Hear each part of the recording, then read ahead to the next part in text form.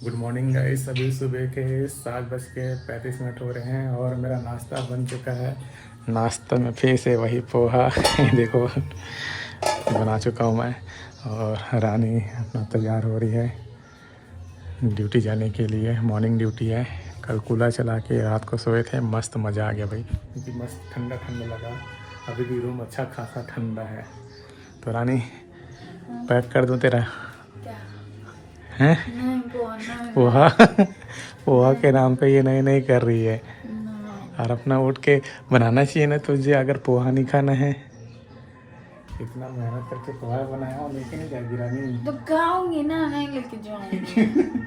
इतना सारा बनाया तो लेके जाएगी करके। हाँ, दोपहर में नहीं खिलाता पोहा। तो दोपहर में क्यों खाती है? 10-11 अरे बजे खा कभी कर। खा के जाती हूँ तो फिर कैसे खाऊंगी? हाँ, दाल चावल लाना पड़ेगा तेरे लिए दोपहर को। दाल चावल।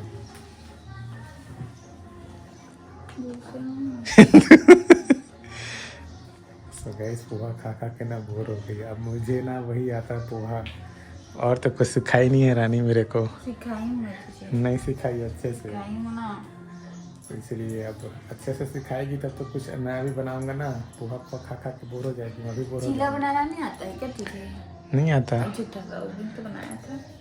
अरे तो बनाने उसमें तावा में आता है, तो काम लेकिन में वो बनाते हैं फिर। फेंटते वेटते क्या क्या करते हैं उसको प्रोसेस थोड़ी ना आता है मेरे को। और आया फिर हाँ, देखते क्या किया वो प्रोसेस नहीं आता ना, तो बताना मेरे को।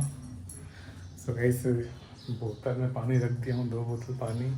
अब ये तो बोल रही है कि मैं इडली ला के दे देना करके, बस ये नारियल पानी दे देता हूँ उसको। तो गैस, रानी तो पोहा लेके नहीं आई है, तो उसके लिए अभी नाश्ता लेने के लिए जा रहा हूँ। बोल रही कि आज इडली खाने का मन कर रहा है ऐसा करके। मैं बोला ठीक है भाई, खा ले इडली। यहीं पे तो दुकान था शायद, सरदार के पास चलते हैं, अगर उसके पास इडली वगैरह होगा तो। यहाँ पे इडली ले रहा हूँ। सो गाइस, रानी को नाश्ता पहुँचा के और मैं दूध लेके आ गया, क्योंकि रानी को मैं बोल रहा था कि आज शाम को अगर खीर बना देगी तो बहुत अच्छा हो जाएगा ऐसा करके। देखते हैं, रानी के मूड के ऊपर है। नहीं बनेगा तो 1 कप चाय पी लेंगे। मैं क्या ना, फ्रिज को बंद करके चले जाता हूँ, क्योंकि अंबिकापुर में कभी भी लाइट गोल हो जाता है। तो बस मैं भी फ्रेश होता हूँ, उसके बाद नाश्ता पानी करूँगा। और आज रूम को थोड़ा सा साफ़ करना है, पोछा लगाने हैं, झाड़ू लगाने हैं। मतलब कि पहले झाड़ू लगाएंगे, उसके बाद पोछा। सो गाइस, कल का मैं वीडियो का कमेंट पढ़ रहा था, तो उसमें से एक लेडीज़ है, उसका नाम पूजा ऐसे कुछ करके नाम है। तो वो कमेंट करी है कि आपकी जब से शादी हुई है तब से आप अपने माँ बाप को भूल चुके हो। तो ऐसा नहीं है, मैं आपको बताना चाहता हूँ, मैं अपने माँ बाप को नहीं भूला हूँ, ना ही मैं भूल सकता हूँ। मैं उस टाइप का लड़का नहीं हूँ, और ना रानी भी नहीं है उस टाइप की। बस सिचुएशन ऐसे है कि उनसे दूर रहना पड़ता है, क्योंकि रानी का गवर्नमेंट जॉब है। इस वजह से हम लोग मजबूरी में रह रहे हैं, हमें कोई शौक़ नहीं है माता पिता से दूर रहने का। बट क्या करें, बोलते हैं ना, मजबूर व्यक्ति कुछ कर नहीं सकता। लेकिन डेली हम लोग मम्मी से शाम को बातचीत करते हैं। रानी अगर ड्यूटी चले जाती है तो मैं कॉल करके पूछ लेता हूँ मम्मी से, मतलब कि हर दिन पर डे मैं मम्मी को कॉल करके पूछता हूँ, हाल चाल लेता हूँ, तबीयत कैसी है, कोई दिक्कत तो नहीं है, सब जानकारी मैं लेते रहता हूँ। बहन से भी बातचीत करते रहता हूँ, भाई से भी बातचीत होते रहती है। तो ऐसा नहीं है कि शादी के बाद मैं पूरा भूल चुका हूँ। मजबूरी के नाम से मुझे यहाँ रहना पड़ता है, मैं अपने ब्लॉग पे बताता भी रहता हूँ। तो कोशिश करता हूँ कि मम्मी को यहाँ लेके आ जाऊँ, पापा को यहाँ लेके आ जाऊँ, बट वो पॉसिबल नहीं है ना, क्योंकि यहाँ पे हमारे कोई भी जान पहचान, कोई भी रिश्तेदार नहीं है। मम्मी 3 महीने के लिए आई थी, तो मम्मी बता रही थी मैं यहाँ पे बोर हो चुकी थी, क्योंकि मम्मी की आदत क्या है, जहाँ पे अपन रहते हैं वहाँ पे सब जान पहचान के लोग हैं, रिश्तेदार लोग आते रहते हैं बैठने के लिए।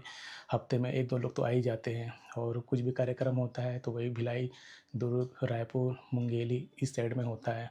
और अंबिकापुर में जैसे कि आपको बताया, कोई भी रिश्तेदार हमारे रहते नहीं हैं, और जो भी रहते हैं वो भी जॉब की वजह से यहाँ पे रह रहे हैं, और उनसे हमारी उतनी बातचीत हो नहीं पाती है।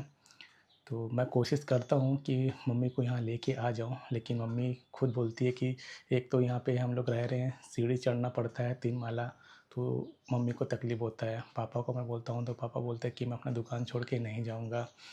तो बताइए तो सिचुएशन ऐसा है, हम कोशिश कर रहे हैं ट्रांसफ़र लेके अंबिकापुर से भिलाई चले जाएँ, बट वो सब कुछ हमारे हाथ में नहीं है। तो भगवान कब हमारा सुनता है और जल्दी से ट्रांसफ़र हो जाए ताकि हम अपने माँ बाप के पास रहें। हमें भी अकेला रहना उतना अच्छा नहीं लगता और मैं तो ख़ास तौर पे माँ बाप से बहुत अटैच हूँ। उनको छोड़ के यहाँ मैं रह रहा हूँ ना, मैं जानता हूँ कि मेरे पे क्या बीतती है, क्योंकि इस तरह से मैं कभी भी नहीं रहा हूँ लाइफ में, कभी भी नहीं रहा हूँ। हालाँकि वीडियो बनाने के लिए मैं जाता था, लेकिन वापस अपने घर ही आता था। लेकिन अभी क्या हो रहा है, अपने घर ना जाके यहाँ रहना हो रहा है। ये भी मेरा घर है, लेकिन माँ बाप को छोड़ के रहने का मन किसी को नहीं होता है। हो सकता है कि आप पुराने व्लॉग नहीं देखते होंगे, तो कोई बात नहीं, आप पुराना व्लॉग भी देखिए। मम्मी को मैं लेके आया था, 3 महीना रही थी मम्मी, उस समय आप मम्मी की ज़ुबानी ही सुनिएगा। और अभी मैं सोच रहा हूँ मम्मी को लेके आने का, लेकिन यहाँ पे एक तो गर्मी है, दूसरा वही बताया ना, सीढ़ी चढ़ना पड़ता है और कोई रिश्तेदार है नहीं, तो मम्मी बोर हो जाती है। अभी ये जो पंखा दिख रहा है, आपको नहीं दिख रहा होगा, दिखाता हूँ। ये जो पंखा दिख रहा है ना, इसको रानी बोली थी कि साफ़ कर देना जब भी टाइम मिलेगा। ऐसा नहीं है कि साफ़ कर देना ऐसा करके, वो बोली कि जब भी आपको समय मिलेगा तब साफ़ कर देना। तो आज मेरे पास में समय है, क्योंकि रानी कल शाम को ना कटहल की सब्ज़ी बना कर गई है, तो मुझे केवल चावल बस बनाने हैं। तो आज मेरे पास में भरपूर समय है, इसलिए मैं सोचा कि पंखा साफ़ कर ही देता हूँ, क्योंकि बहुत ज़्यादा गंदा हो गया है।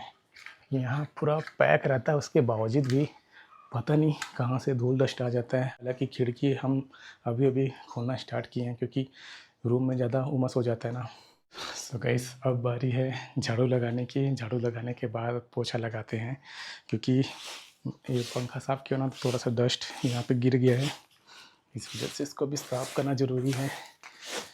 मैं रूम को ना बहुत साफ़ सफाई रखना चाहता हूँ, लेकिन हो नहीं पाता है क्यों नहीं हो पाता है, क्योंकि दूसरे दिन फिर आलसीपन आ जाता है। अब रूम वगैरह को डेली साफ़ करना होता है, बहुत ज़्यादा धूल डस्ट हो जाता है, वो डेली साफ़ करना ही पड़ेगा। हालांकि एक बार में ही निकल जाता है, लेकिन पूरा धूल डस्ट ना दीवार बेड सब में घुस जाता है, चिपक जाता है, तो फिर मेहनत ज़्यादा लगता है, इसलिए अब डेली साफ़ करना पड़ेगा। सो ये लाइफ स्टाइल है गाइस, देख लो भाई साहब। वैसे मम्मी का भी हेल्प करता था मैं, मम्मी के लिए मैं झाड़ू पोछा कर देता था। मम्मी जो है खाना बनाती थी और हफ्ते में एक बार आंगन भी धो देता था, और यहाँ पे तो आंगन वाला कुछ सिस्टम है ही नहीं।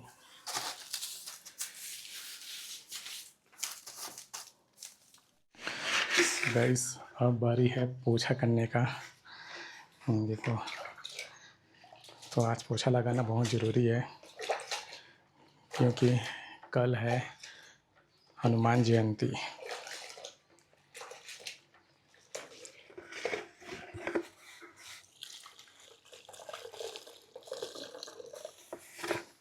चलो भाई, लग जाते हैं काम में। पंखा चालू करते हैं तब तो जल्दी सूखेगा।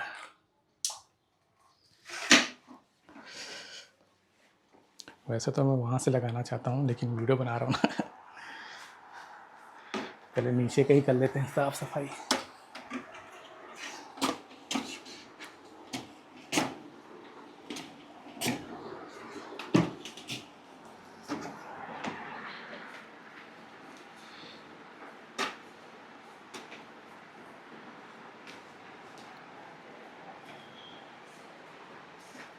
तो गाइस, अभी दोपहर के 2:05 होने वाले हैं। तो अभी मैं जा रहा हूँ रानी को लेने के लिए, क्योंकि रानी को छोड़ना और लाना मेरा भी काम चल रहा है, और रीज़न क्या है वो आप लोगों को 1-2 वीडियो के बाद बताने वाला हूँ। तो गाइस, क्या ज़बरदस्त धूप है भाई साहब।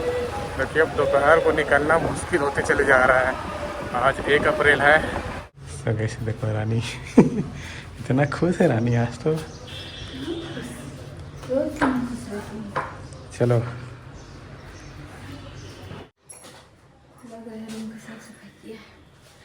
हाँ दिख रहा, चमक रहा है क्या? नहीं। नहीं चमक रहा है? देख रानी, देख, चमक रहा ना।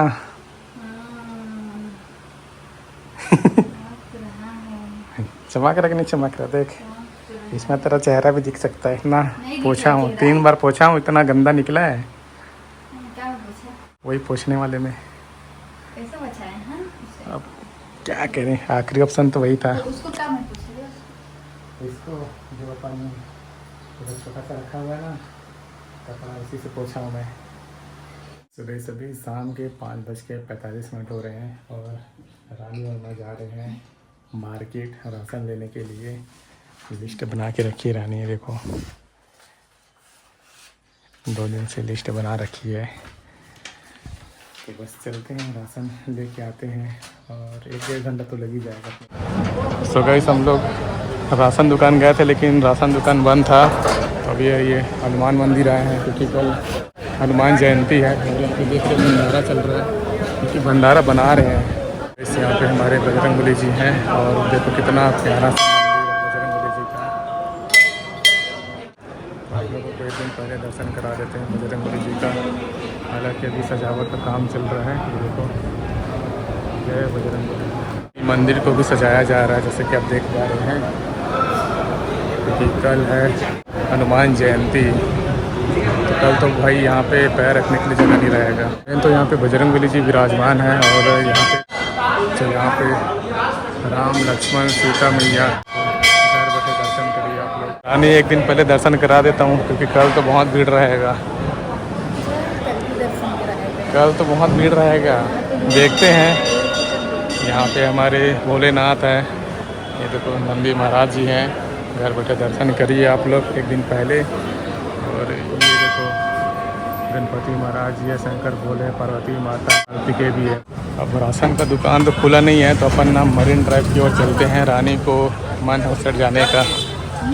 मरीन ड्राइव जाएगी ना, अंबिकापुर का मरीन ड्राइव। देखिए तो गाइस, मरीन ड्राइव गए थे लेकिन मरीन ड्राइव में कुछ रौनक नहीं था। यहाँ पे गुपचुप खाने के लिए आए हैं हम।